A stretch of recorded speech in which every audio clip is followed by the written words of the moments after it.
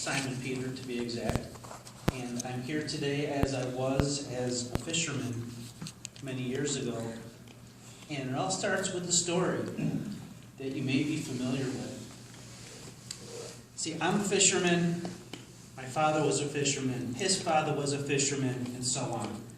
Fish was in our blood. We knew what we were doing.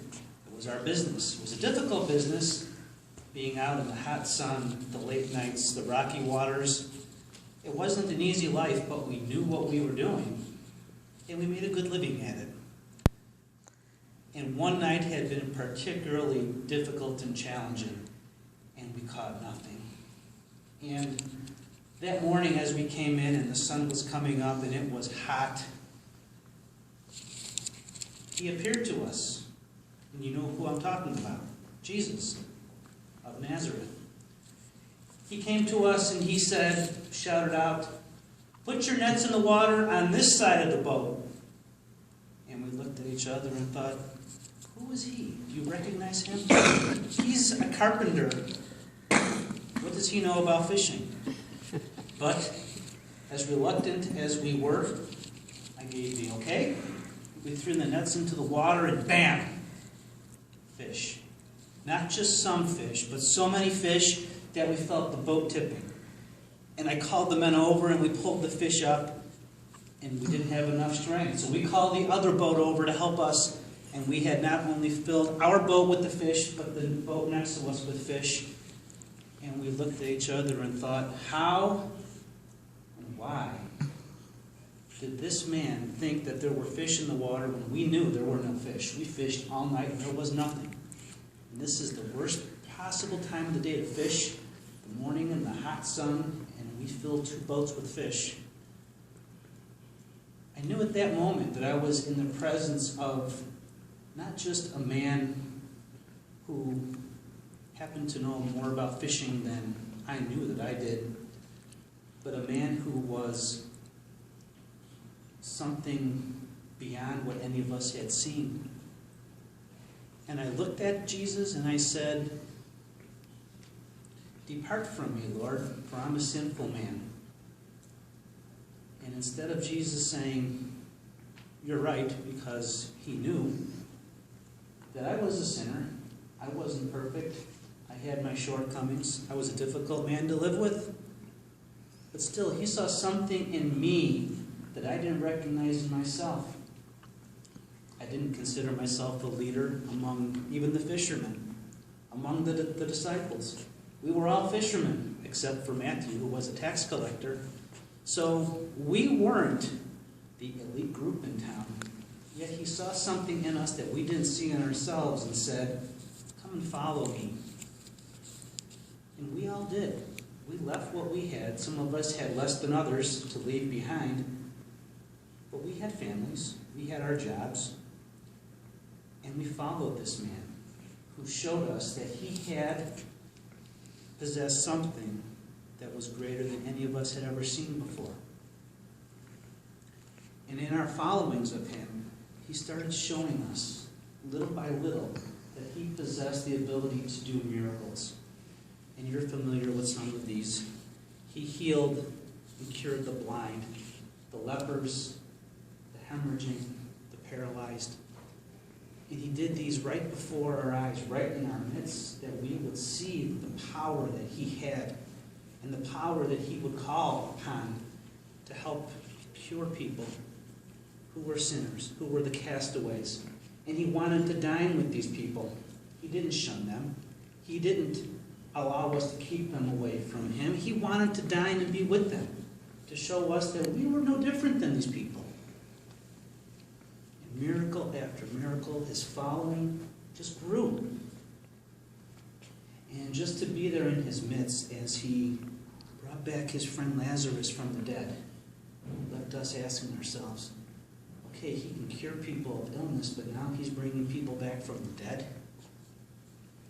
And little things that he did that we didn't realize were part of the bigger picture, like at the wedding, at the feast in Cana, they ran out of wine. And Mary, his mother, said, "It's your time." And he took those jugs of water And he turned them into not just your average everyday vintage, but better wine than anybody had ever tasted right before our eyes. So these miracles continued, and his following continued. And he would send us out 2 by 2 ahead of him to make sure that people knew he was coming. So there would be crowds that greeted him from town to town. And everything was wonderful until that flesh and blood talk that he gave. And I can still remember Jesus standing there on the hillside as he addressed that restless crowd.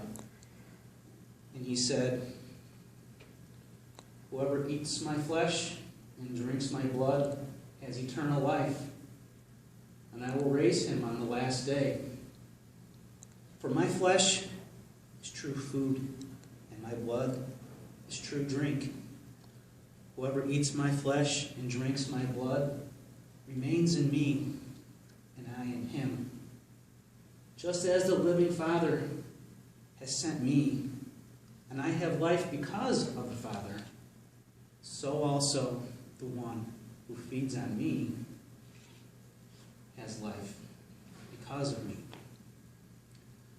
Well, I have to tell you, that really shook things up with the crowd. They looked at each other and thought, did he just say what I thought he said? That we have to eat his flesh and drink his blood to have eternal life? He might be some magician who can cure people, but now he's telling us that we have to eat his body and drink his blood? And people began to leave. Even his closest disciples, men and women, not the 12 of us, but his closest followers, shook their heads and walked away. And Jesus turned to me and the other 12, and he said, "Are you going to leave me now too?"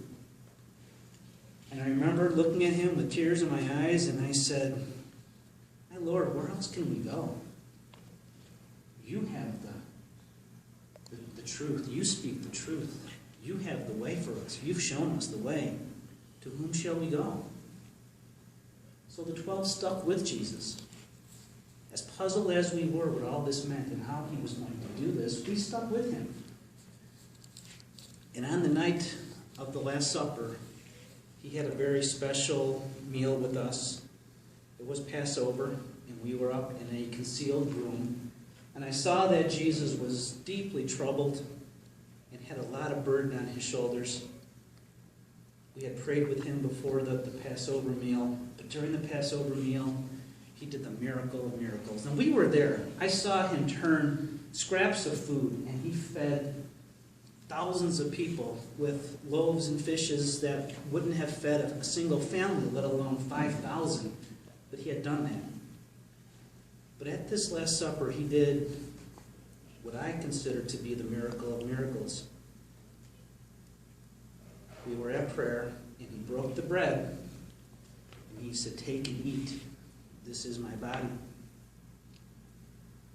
And as we passed the bread among the apostles, he then took the chalice of wine, common foods, bread and wine. He took the wine and he said, "Take and drink. This is my blood, which will be shed for all of you." And there it was. That was how he was going to do it. Not only that night, but from generation to generation. And it all started to make sense to me, what we were supposed to do, what he was trying to say.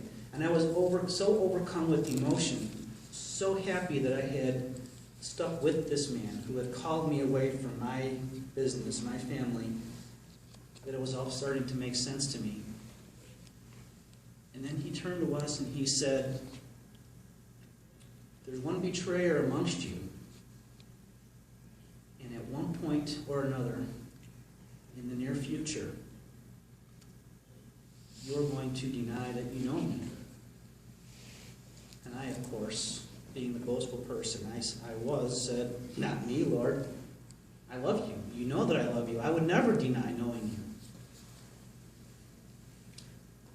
And he said, "Before that cock crows 3 times at the crack of dawn, You will deny me 3 times, Peter. And I shook my head and I said, not me. But sure enough, where was I when Jesus was being crucified? I was hiding. I wasn't there at his side. I wasn't there at his foot. I was hiding. He was right. Before that night ended, I had denied him 3 times, even knowing him, in fear of my own life. I didn't feel worthy. I felt like I had abandoned him.